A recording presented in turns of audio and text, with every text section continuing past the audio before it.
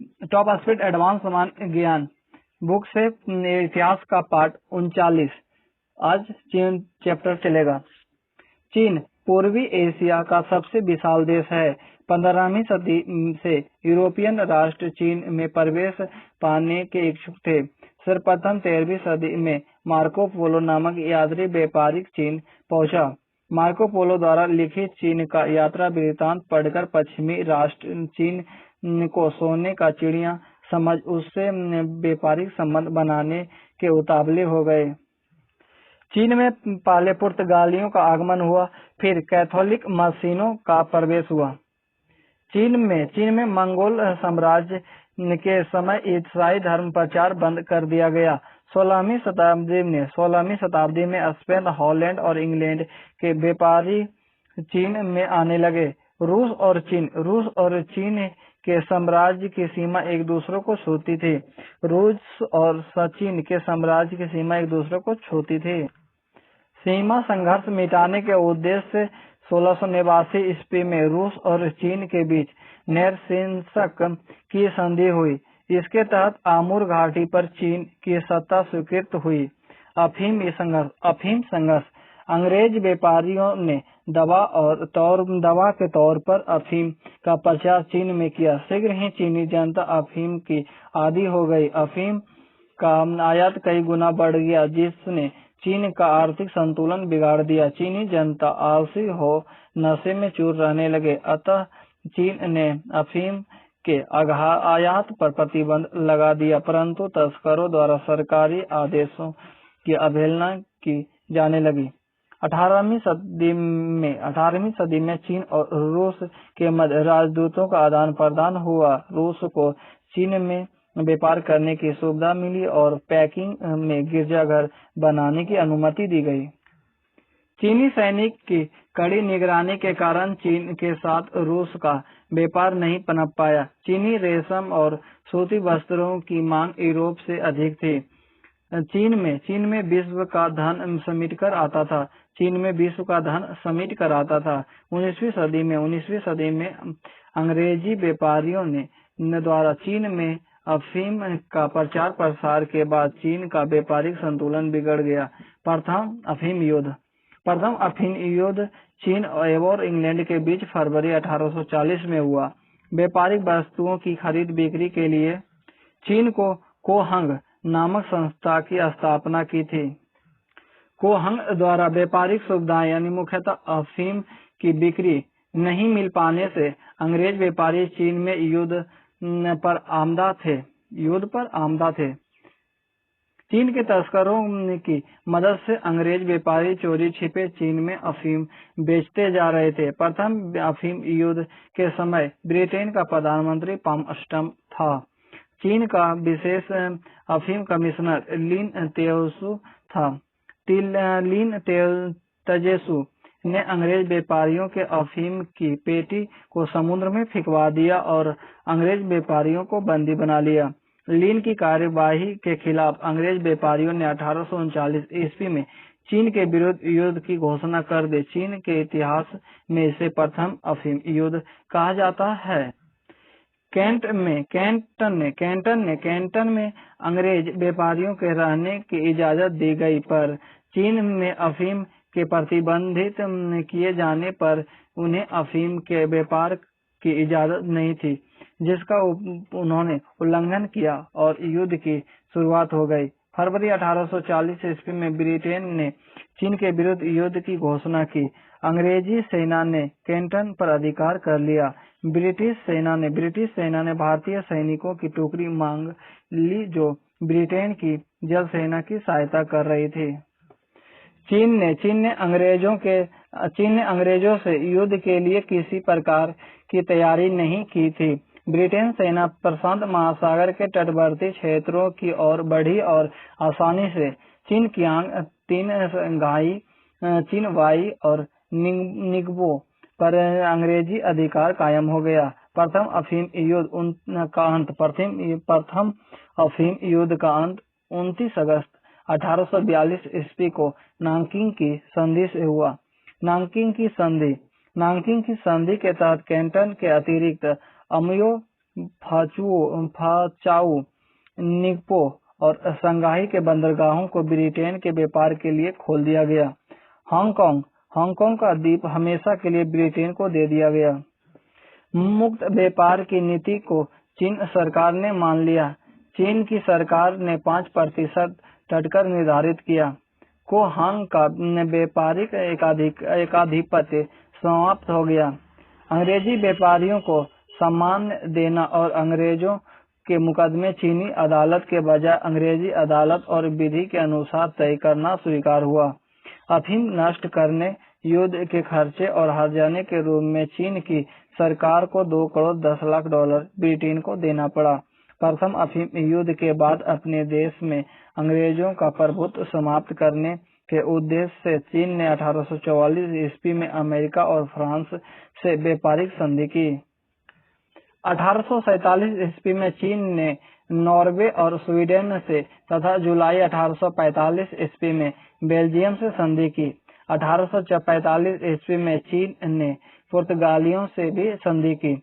द्वितीय अफीम युद्ध 1856 ईस्वी में चीन में द्वितीय अफीम युद्ध हुआ। प्रथम अफीम युद्ध से प्राप्त लाभ से ब्रिटेन को संतुष्टि नहीं हुई थी। प्रथम अफीम युद्ध से मंचू साम्राज्य की दुर्बलता जनता में स्पष्ट हो गई थी। भ्रष्ट मंचू सरकार की शोषण एवं षड्यंत्रों के कारण चीन में बेकारी एवं भूखमरी की दयनीय स्थिति व्याप्त थी। प्रथम अफीम युद्ध के बाद गुप्त समितियों के माध्यम से चीन में विद्रोहों का तांता लग गया था। ताइपिंग विद्रोह चीनी जनता का सबसे प्रमुख विद्रोह था, जो चीन के 11 प्रांतों में फैल गया था। 1853 से 1864 ईस्वी तक नानकिंग में ताइपिंग विद्रोहियों का शासन रहा। इस विद्रोह को दबाने के लिए चीनी सरकार को विदेशी यातायात लेनी पड़ी। ब्रिटेन नानकिंग की संधि को संतुष्ट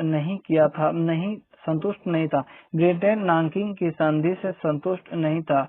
वह चीन में भारत जैसा साम्राज्य स्थापित करना चाहता था। अमेरिका, फ्रांस एवं अन्य राष्ट्रों से संधि का जाल बिछाकर चीन की सरकार ने ब्रिटेन के प्रभाव क्षेत्र को सीमित कर दिया था।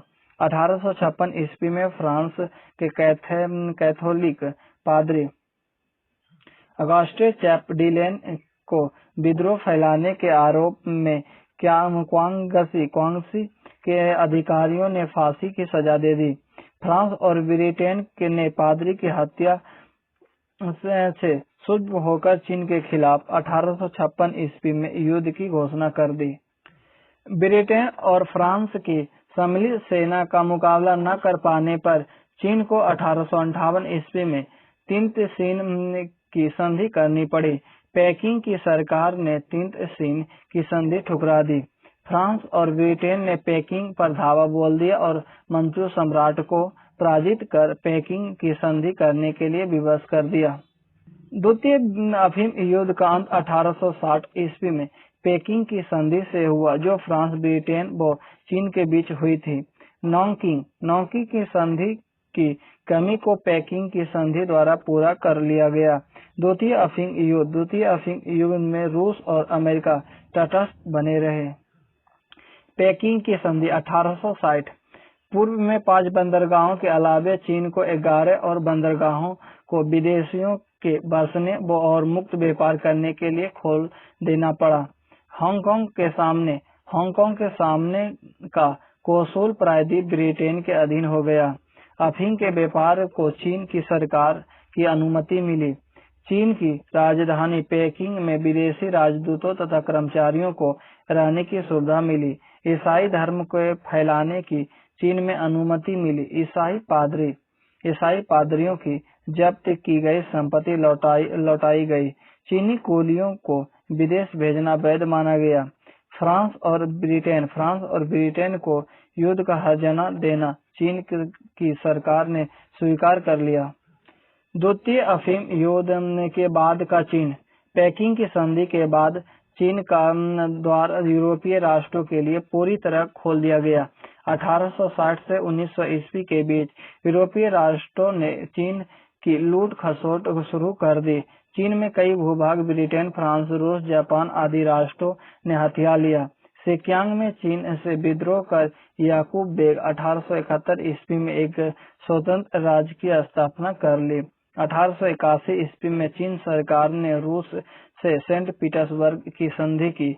इस संधि के अनुसार रूस को चीन से 90 लाख रूबल की रकम मिली और बिना चुंगी दिए व्यापार का अधिकार भी मिला।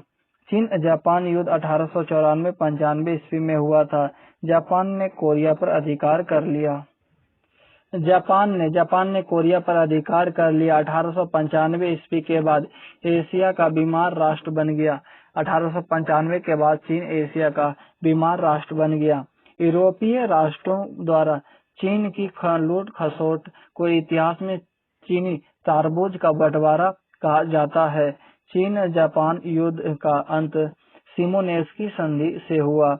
इस संधि के तहत जापान को युद्ध की क्षतिपूर्ति देने के लिए चीन को फ्रांस, जर्मनी और रूस से कर्ज लेना पड़ा, जिसके बदले तीनों राष्ट्रों ने चीन के कई भूभाग हड़प लिए। चीन की लूट खसोट में विदेशियों के बीच प्रतिस्पर्धा के बावजूद आपसी सहयोग था। रूस, फ्रांस, ब्रिटेन, जर्मनी, जापान सबके विशेषाधिकार को चीन सरकार द्वारा मान्यता दी गई। रूस ने मंचूरिया, मंगोलिया और चीनी तुर्की स्थान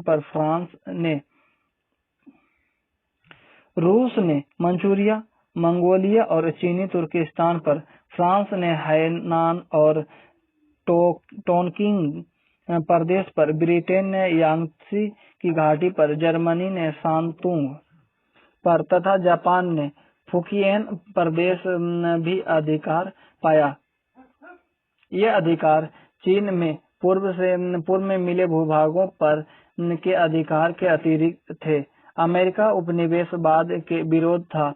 उसने व्यापार की सुरक्षा और चीन में नए बाजार की सुरक्षा पाने के लिए खुले द्वार या उन्मुक्त व्यापार की नीति अपनाई।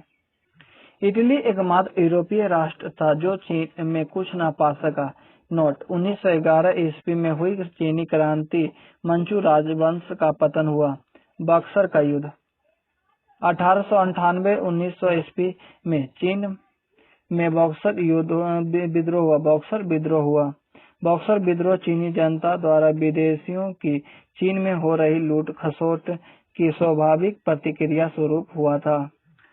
बक्सर विद्रोह के समय चीन में क्रांतिकारी विचारधारा के नेता डॉक्टर सन्यास सेन थे। सुधारवादी दल के नेता कांग यूबेई था, जो राष्ट्रीय भावना जागृत कर संवैधानिक राजतंत्र कायम रखना चाहता था। चीन के देशभक्तियों ने विदेशियों को चीन से बाहर निकालने के लिए कई गुप्त संस्थाओं की स्थापना की थी। इनमें प्रमुख थे लाओहुई, तोर लाओहुई और ई हो हुआन मुक्केबाजों की क्रांतिकारी संस्था थी। इनका नारा था, विदेशियों का नाश करो और मंचू राज्य की रक्षा करो। विदेशी सेनाओं ने बक्सर विद्रोह को कुचल दिया। बक्सर विद्रोह की असफलता के बाद चीन में गणतंत्र की स्थापना संभव हो सकी। इस प्रकार बक्सर विद्रोह ने असफल होते हुए भी चीन की राजनीतिक भविष्य को प्रभावित किया था। चीन की क्रांति 1911 ईस्वी में हुई चीनी क्रांति ने मंचू वंश के भग्नावशेष पर चीन में गणतंत्र नींव डाली। 1911 ईस्वी की चीनी क्रांति ने प्राचीन तथा अर्वाचीन चीन के बीच एक विभाजन रेखा खींच दी। इतिहास में 1911 ईस्वी की चीनी क्रांति का वही महत्व है जो महत्व 1789 ईस्वी की फ्रांस की क्रांति का है। 1911 ईस्वी की चीनी क्रांति के मुख्य नायक इतिहास प्रसिद्ध डॉक्टर सन्यास सेन थे। 1911 ईस्वी में हुई चीनी क्रांति ने मंचू राजवंश का पतन कर दिया और चीन में गणतंत्र की स्थापना का मार्ग प्रशस्त कर दिया। डॉक्टर सन्यास सेन का जन्म 1866 ईस्वी में हवाई के एक गांव में एक किसान परिवार में हुआ था। डॉक्टर सन्यास सेन को क्रांतिकारी विचारधारा का प्रचार करने के आरोप के कारण देश छोड़ जापान में रहना पड़ा। डॉक्टर सन्यास सेन साम्राज्यवादी के कट्टर विरोधी, दैवी अधिकार संपन्न राजतंत्र के कटु आलोचक और राजतंत्र के प्रबल समर्थक थे। डॉक्टर सन्यास सेन के क्रांतिकारी विचारधारा से प्रभावित होकर ही चीन में 1906, 1908 और 1910 ईस्वी में विद्रोह हुए। 1911 ईस्वी की चीनी क्रांति के जनक डॉक्टर सन्यास सेन थे। डॉक्टर सन्यास सेन की प्रेरणा से चीन में कई क्रांतिकारी गुप्त समितियों की स्थापना हुई थी। 1905 ईस्वी में डॉक्टर सन्यास सेन ने टोक्यो में एक ब्लैक ड्रैगन सोसाइटी की स्थापना की थी। 1905 ईस्वी में डॉक्टर सन्यास सेन ने चीनी छात्रों के लिए तुंग में हुई नामक एक क्रांतिकारी संगठन की स्थापना की थी। तुंग में हुई एक क्रांतिकारी राष्ट्रीय पार्टी थी। तुंग में हुई संगठन का लक्ष्य मंचू सरकार का खात्मा, साम्राज्यवाद का नष्ट करना और चीन में गणतंत्र स्थापित करना था। तुंग में हुई की शाखा चीन के प्रत्येक नगर में खोली गई। इस संस्था ने चीन में अपार लोकप्रियता अर्जित की। कांग यू बेई ने भी 4 गुप्त क्रांतिकारियों समितियों की स्थापना की थी। पुस्तकों एवं समाचार पत्रों ने भी 1911 ईस्वी के चीनी क्रांति के वाहक का काम किया। सन्यास सेन ने तुंग में हुई दल से मिनपाओ नामक पत्रिका प्रकाशित कर नव जागरण उत्पन्न किया। 1911 ईस्वी की चीनी क्रांति फुनचांग प्रांत के उन सैनिकों द्वारा प्रारंभ किया गया जिनका नेता कर्नल ली युआन था। पूरे चीन में फैले विद्रोही घटनाओं से घबराकर मंचू सरकार ने मंचू राजवंश समर्थन युआन शिकाई को चीन का प्रधानमंत्री नियुक्त कर दिया। 8 नवंबर 1911 ईस्वी को युआन शिकाई ने चीन की राजधानी पेकिंग में प्रधानमंत्री पद संभाला। उग्रवादी नेताओं ने युआन शिकाई की वार्ता असफल रही। उनके बीच कोई समझौता न हो पाया। उग्रवादी क्रांतिकारी नेताओं ने नानकिंग में एकत्र होकर युआन शिकाई के समझौते का विरोध किया। 29 दिसंबर 1911 ईस्वी को क्रांतिकारियों ने डॉक्टर सन्यास सेन को अपनी सरकार का अध्यक्ष बनाया और डॉक्टर सेन के नेतृत्व में एक स्वतंत्र सरकार का गठन हुआ। डॉक्टर सन्यास सेन 1912 ईस्वी में गणतंत्र के राष्ट्रपति चुने गए। 1911 ईस्वी में चीन में 2 सरकारें हो गई। डॉक्टर सन्यास सेन के नेतृत्व में नानकिंग के गणतांत्रिक सरकार और दूसरी युआन शिकाई के नेतृत्व में पेकिंग की मंचू सरकार। 22 फरवरी 1912 ईस्वी को दोनों पक्षों के बीच समझौता हुआ। समझौते के तहत मंचू सरकार को समाप्त कर चीन में गणतंत्र शासन की स्थापना की गई। युआन शिकाई के समर्थक में सन्यास सेन ने अपना नेतृत्व वापस ले लिया। चीन की नई गणतंत्र शासन का राष्ट्रपति युआन शिकाई बना। 22 फरवरी 1912 ईस्वी को चीन में पुराने मंचू राजवंश के शासन का अंत हो गया। 1912 ईस्वी से चीन के इतिहास का नया अध्याय प्रारंभ हुआ। 1912 ईस्वी में डॉक्टर सन्यास सेन ने कुओमिंतांग पार्टी की स्थापना की थी, जिसके पुनर्गठन के लिए सेन ने माइकल बारोदीन को आमंत्रित कर दिया। कुओमिंतांग का शाब्दिक अर्थ है देश तथा जनता की पार्टी। डॉक्टर सन्यास सेन ने अपनी सेना के संगठन के लिए जनरल गैलेन का चयन किया। डॉक्टर सन्यास सेन के 3 सिद्धांत थे: राष्ट्रवाद, लोकतंत्रवाद और सामाजिक न्याय। डॉक्टर सन्यास सेन को चीन का राष्ट्रपिता कहा गया। डॉक्टर सन्यास सेन की मृत्यु 1925 में हो गई। डॉक्टर सन्यास सेन की मृत्यु के बाद चियांग काई शेक 1926 ईस्वी में कुओमिंतांग पार्टी का नेतृत्व किया। 1927 ईस्वी में कुओमिंतांग पार्टी से साम्यवाद नेता अलग हो गए। युआन शिकाई का शासनकाल 1912 से 16 तक रहा। युआन शिकाई के निरंकुश शासन ने 1911 ईस्वी की चीनी क्रांति को असफल बना दिया। वह कुओमिंतांग दल को अपना सबसे बड़ा विरोधी मानता था। कुओमिंतांग दल का संगठन राष्ट्रीयता और लोकतंत्रवाद के आधार पर हुआ था। युआन शिकाई ने तांग साओपी को प्रधानमंत्री और तुआन जी जुई को युद्ध मंत्री के पद पर नियुक्त किया था। चीन में सर्वप्रथम 1913 ईस्वी को संसद के लिए निर्वाचन कराया गया। 1913 ईस्वी के निर्वाचन में कुओमिंतांग दल को काफी सफलता मिली। 4 नवंबर 1913 ईस्वी को युआन शिकाई ने कुओमिंतांग दल को अवैध घोषित कर दिया। इस दल के कई नेता गिरफ्तार किए गए। डॉक्टर सन्यास सेन चीन छोड़कर भाग गया।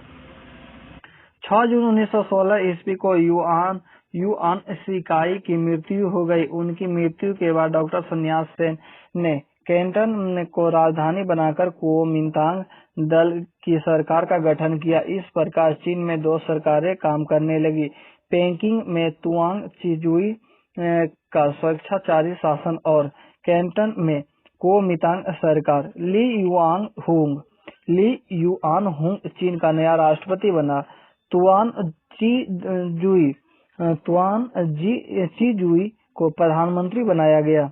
1925 ईस्वी में डॉक्टर सन्यास सेन की मृत्यु से राष्ट्रीय एकता का कार्य पूरा न हो सका। 1926 ईस्वी में कुओमिंतांग दल काफी शक्तिशाली हो गया। 1928 ईस्वी में चांग काई शेक के नेतृत्व में नानकिंग में कुओमिंतांग दल की सरकार बनी। चांग काई शेक ने अपनी सरकार की स्थापना फार्मोसा में की। चांग काई शेक के नेतृत्व में चीन के विशाल भूभाग पर राष्ट्रवादी सरकार का अधिकार हो गया। एक शक्तिशाली और सुदृढ़ सरकार की स्थापना से चीन में व्याप्त अराजकता का दमन होना संभव हुआ।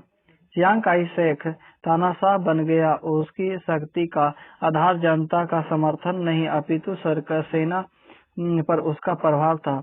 साम्यवादियों के दमन के लिए चियांग काई शेक ने ब्लू शर्ट यानी नीली कमीज नामक आतंकवादी दल की स्थापना की थी। 1928 ईस्वी में चीन में भीषण गृह युद्ध शुरू हुआ जो 1936 ईस्वी तक चला। चांग काई शेक और साम्यवादी नेता जो राजनीतिक अधिकारों पाना चाहते थे के बीच उत्पन्न संघर्ष के कारण चीन में गृह युद्ध शुरू हुआ। 1931 ईस्वी तक चीन के अनेक प्रांतों पर साम्यवादियों का कब्जा हो चुका था। साम्यवादी होने के संदेह में चांग काई शेक ने अनेक निरीह जनता का कत्लेआम किया। क्यांग्सी में साम्यवादियों की शक्ति सबसे अधिक केंद्रित थी। चांग काई शेक ने साम्यवादियों के दमन के लिए पूंजीवादियों सहयोग से नवजीवन आंदोलन प्रारंभ किया। सैकड़ों की संख्या में साम्यवादियों के मारे जाने पर 1934 ईस्वी में साम्यवादियों के क्यांग्सी से उत्तर की ओर महाप्रस्थान किया। साम्यवादी 1936 ईस्वी में शैनसी पहुंचे और वहां येनांग नगर को अपनी राजधानी बनाकर अपनी सरकार का गठन किए। 1931 ईस्वी का वर्ष विश्वव्यापी आर्थिक मंदी का था। उसी वर्ष जापान ने चीन पर आक्रमण कर दिया। जापानी आक्रमण ने चीन के गृह युद्ध को समाप्त कर दिया। दोनों युद्धरत पक्ष मिलकर जापान का मुकाबला करने में जुट गए। 25 दिसंबर 1936 ईस्वी को साम्यवादी सरकार और कुओमिंतांग सरकार के बीच समझौता हो गया। दोनों सरकारें मिलकर जापान का मुकाबला करने लगी। कम्युनिस्टों की लोकप्रियता से घबराकर चांग काई शेक ने जल्द ही 1936 में समझौता भंग कर दिया। दोनों जल और हिंसकता से उलझ गए। गृह युद्ध तेज हो गया। 1949 ईस्वी के अप्रैल से चीन में गृह युद्ध की अंतिम अध्याय शुरू हुआ। लगभग पूरे चीन में कम्युनिस्टों का आधिपत्य हो चुका था। अक्टूबर 1949 में कैंट पर भी कम्युनिस्टों का अधिकार हो गया। केवल फार्मोसा द्वीप पर ही कुओमिंतांग दल का अधिकार रह गया। हार कर चांग काई शेक फार्मोसा द्वीप भाग गया। 21 नवंबर 1949 को चीन की कम्युनिस्ट पार्टी के अध्यक्ष माओ तासे तुंग ने चीन के सभी दलों के 600 से अधिक प्रतिनिधियों को बुलाकर चीनी गणतंत्र की घोषणा कर दी। चीनी साम्यवादी गणतंत्र के प्रथम अध्यक्ष बने माओ से तुंग तथा प्रथम प्रधानमंत्री बने चाउ एन लाई। और 1949 ईस्वी के बाद चीन का इतिहास इन्हीं नेताओं की सफलता की कहानी है। 1911 ईस्वी की चीनी क्रांति का स्वप्न इस प्रकार 1949 में पूर्ण हुआ। चीन में कम्युनिस्ट पार्टी की स्थापना 1921 ईस्वी में हुई थी। खुले द्वार की नीति का प्रतिपादक जॉन हेथ था, जो 1898 ईस्वी में संयुक्त राज्य अमेरिका का विदेश सचिव बना। चीन का द्वार खोलने का श्रेय ब्रिटेन को जाता है। चीन को एशिया का मरीज कहा गया। चीन के जनवादी गणराज्य की राजधानी हुनान थी। चीन और इंग्लैंड के बीच प्रथम अफीम युद्ध फरवरी 1840 ईस्वी में तथा द्वितीय अफीम युद्ध 1856 ईस्वी में हुआ था। बॉक्सर युद्ध चीन में 1898 से 1900 ईस्वी में हुआ। नेतृत्व कर रहे थे डॉक्टर सन्यास सेन। 1894 से 95 में हुए चीन जापान युद्ध का अंत सिमोनेस्की की संधि के साथ हुआ। तुर्की प्राचीन रोमन साम्राज्य के पतन के बाद पश्चिमी एशिया में दो विशाल साम्राज्यों का उत्थान हुआ। तुर्की साम्राज्य भी इन्हीं में से एक था। उस्मानी यानी ओटोमन तुर्की ने इस साम्राज्य की स्थापना की। ये एशिया माइनर से आए थे। उस्मान ने 14वीं शताब्दी के पूर्वार्ध में उस्मानी राज्य की स्थापना की। 15वीं शताब्दी के अंत तक तुर्की का विशाल साम्राज्य दक्षिण पूर्व यूरोप और पश्चिम एशिया के बहुत बड़े भूभाग में फैला था।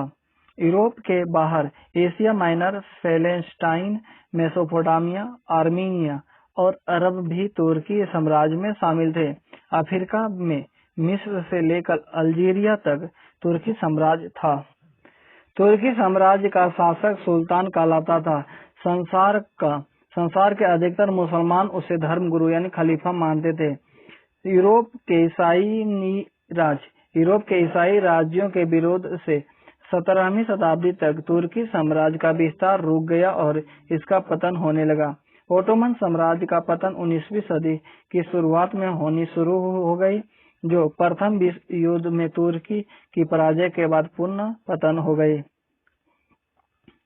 19वीं शताब्दी के प्रारंभ में तुर्की यूरोप का मरीज कहा जाने लगा। तुर्की साम्राज्य में रहने वाली विभिन्न जातियां 19वीं शताब्दी के प्रारंभ में स्वतंत्र होने के लिए विद्रोह कर रही थी तथा दूसरी तरफ तुर्की के शासकों की योग्यता का फायदा उठाकर यूरोप के विभिन्न राष्ट्र तुर्की साम्राज्य के बड़े भूभाग को हड़पने में लगे थे।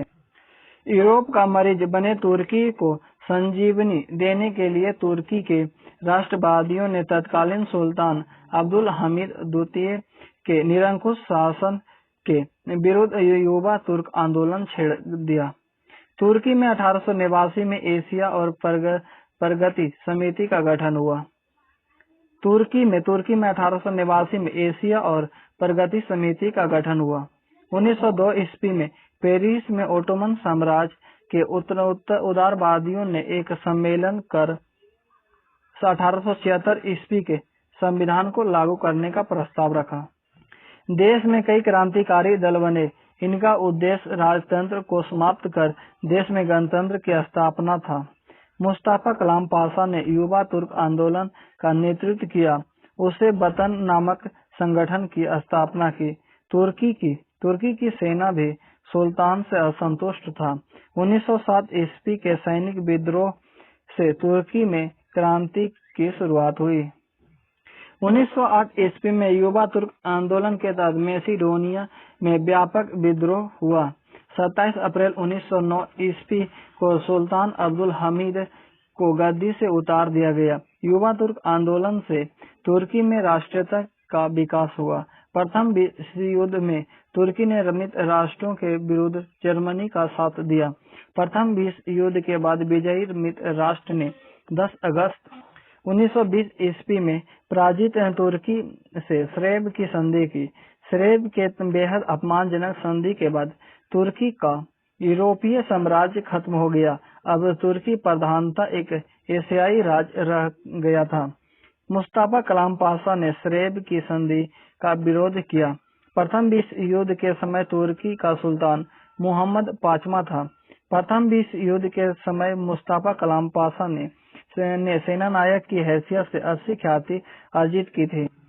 सरेब की संधि के समय मुस्तफा कलाम पाशा अनातोलिया में इंस्पेक्टर जनरल का काम कर रहा था। मुस्तफा कलाम पाशा को तुर्क लोग अतातुर्क यानी तुर्की का पिता कहते थे। आधुनिक तुर्की का निर्माता मुस्तफा कलाम पाशा को माना जाता है।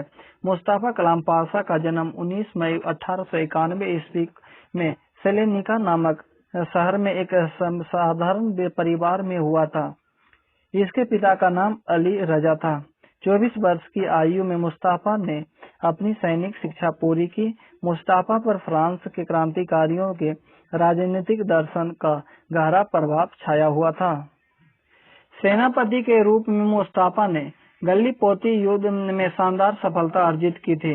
मुस्तफा तुर्की के भ्रष्ट शासन में परिवर्तन चाहता था। मिराबो के नेतृत्व में फ्रांस की जनता ने वहां के भ्रष्ट शासन के विरुद्ध विद्रोह किया था और सफलता भी पाई थी। फ्रांस की क्रांति के प्रयोग को तुर्की की धरती पर उतारने के लिए मुस्तफा कलाम पाशा ने भी क्रांति की आवश्यकता महसूस की। प्रथम विश्व युद्ध के बाद मुस्तफा कलाम पाशा का सितारा चमका। मुस्तफा कलाम पाशा ने राष्ट्रीय आंदोलन की तैयारी के लिए एक राष्ट्रीय सभा का गठन किया। राष्ट्रीय सभा की ओर से मुस्तफा ने अखिल तुर्क कांग्रेस का गठन किया। 1919 ईस्वी में मुस्तफा ने सुल्तान की सेना से इस्तीफा दे दिया। सितंबर 1919 ईस्वी में अखिल तुर्क कांग्रेस का प्रथम अधिवेशन शिबाम नामक स्थान पर हुआ। 1920 ईस्वी में सरेब की संधि का मुस्तफा ने अखिल तुर्क की ओर से तीव्र विरोध किया। इससे सुल्तान काफी चिंतित हुआ। सुल्तान मोहम्मद पांचवा ने मुस्तफा कलाम पाशा को विद्रोह करने के आरोप में कैद करने का आदेश दिया, पर किसी सरकारी अफसर में मुस्तफा को कैद करने की हिम्मत नहीं हुई। 1920 ईस्वी में क्रांतिकारियों ने अनातोलिया में कलाम पाशा के नेतृत्व में एक स्वतंत्र सरकार की स्थापना की। 1920 ईस्वी में अंकारा में प्रथम महान राष्ट्रीय सभा की बैठक हुई। इस बैठक में मुस्तफा को राष्ट्रीय सेना का सेनापति नियुक्त किया गया। इस बैठक ने सुल्तान को भी चुनौती दी। मुस्तफा कलाम पाशा के 5 शत्रु थे: फ्रांस, आर्मेनिया, इटली, ग्रीस यानी यूनान और इंग्लैंड। रूस ने मुस्तफा के साथ दिया और रूस ने तुर्की के राष्ट्रीय सरकार को विदेशियों के विरुद्ध युद्ध में सैन्य सहयोग देने का वचन दिया। 16 मार्च 1921 ईस्वी को तुर्की की सोवियत संघ से मैत्री और सहयोग की संधि हुई। फ्रांस, रूस और इटली से मुस्तफा ने संधि कर ली। यूनान यानी ग्रीस को तुर्की ने अंकारा हेतु युद्ध में पराजित किया। फ्रांस और इंग्लैंड यूनान के प्रति उदासीन हो गए। अंकारा तुर्की का अंग बना रहा। 24 जुलाई 1923 ईस्वी को यूनान और तुर्की के बीच लोजान की संधि हुई। इस संधि से तुर्की को उसके कई भूभाग वापस मिल गए। लोजान की संधि से सरेब की संधि का कलंक धोने का काम किया। लोजान की संधि से सरेब की संधि का कलंक धोने का काम किया। लोजान सम्मेलन होने से के पहले ही तुर्की का सुल्तान गद्दी छोड़कर माल्टा भाग गया। सुल्तान के भतीजे अब्दुल मजीद को तुर्की का नाम मात्र का सुल्तान घोषित किया गया। उसके सभी राजनीतिक अधिकार छीन लिए गए। 23 अक्टूबर 1923 ईस्वी को ग्रैंड नेशनल असेंबली ने तुर्की को गणतंत्र घोषित किया। मुस्तफा कलाम पाशा सर्वसम्मति से नवीन तुर्की गणराज्य का राष्ट्रपति बना। 1924 ईस्वी में तुर्की को धर्मनिरपेक्ष राज्य घोषित किया गया। मार्च 1924 ईस्वी में खिलाफत यानी धर्म गुरुत्व समाप्त कर शासन को धर्म से अलग कर दिया गया। पुराने शासन में काजियों को मिले सारे न्याय संबंधी अधिकार छीन लिए गए। बाहर के कुछ लोगों के तुर्की में प्रवेश पर प्रतिबंध लगाया गया। 20 अप्रैल 1924 ईस्वी को तुर्की गणराज्य के नए संविधान की घोषणा हुई। 25 नवंबर 1925 ईस्वी को तुर्की में पुरुषों को टोपी और स्त्रियों को बुर्का पहनने पर कानूनी प्रतिबंध लगा दिया। रिपब्लिकन पीपुल्स पार्टी की स्थापना मुस्तफा कलाम पाशा ने की थी। मुस्तफा कलाम पाशा ने अगले 15 वर्षों के लिए विभिन्न सुधार कार्यों द्वारा तुर्की की काया पलट कर दी। उसे पूरा विश्वास था कि यूरोपीय सभ्यता अपनाकर ही तुर्की नवनिर्माण किया जा सकता है। मुस्तफा ने सुधार की विस्तृत योजना 100 सिद्धांतों पर बनाई, जो कलाम पाशा के 100 सिद्धांत अथवा कलाम पाशा के नाम से प्रसिद्ध है। मुस्तफा साम्राज्य का कट्टर विरोधी और जनतांत्रिक विचार का पोषक था। कमाल पाशा के 6 सिद्धांत अथवा कमाल पाशावाद: प्रजातंत्रवाद, राष्ट्रीयता, न्याय व्यवस्था, अर्थव्यवस्था, धर्मनिरपेक्ष राज्य, क्रांतिकारी व्यवस्था। मुस्तफा ने जनता दल का संगठन किया था। इस दल के नेतृत्व में तुर्की में पुनः निर्माण हुआ। आगे चलकर यह जनता दल गणतंत्र दल कहलाने लगा। 1933 ईस्वी में मुस्तफा कलाम पाशा ने प्रथम पंचवर्षीय योजना लागू की। इस्तांबुल का पुराना नाम कुस्तुनिया था।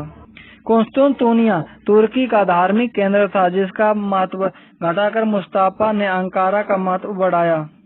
1924 ईस्वी में मुस्तफा ने एक घोषणा जारी कर तुर्की की मस्जिदों की सारी संपत्ति जब्त कर ली, जिससे राजकीय कोष भर गया। इससे राज्य की स्थिति सुदृढ़ हो गई। तुर्की के शिक्षा संस्थानों पर मस्जिद और मदरसों के प्रभाव को बिल्कुल समाप्त कर दिया गया।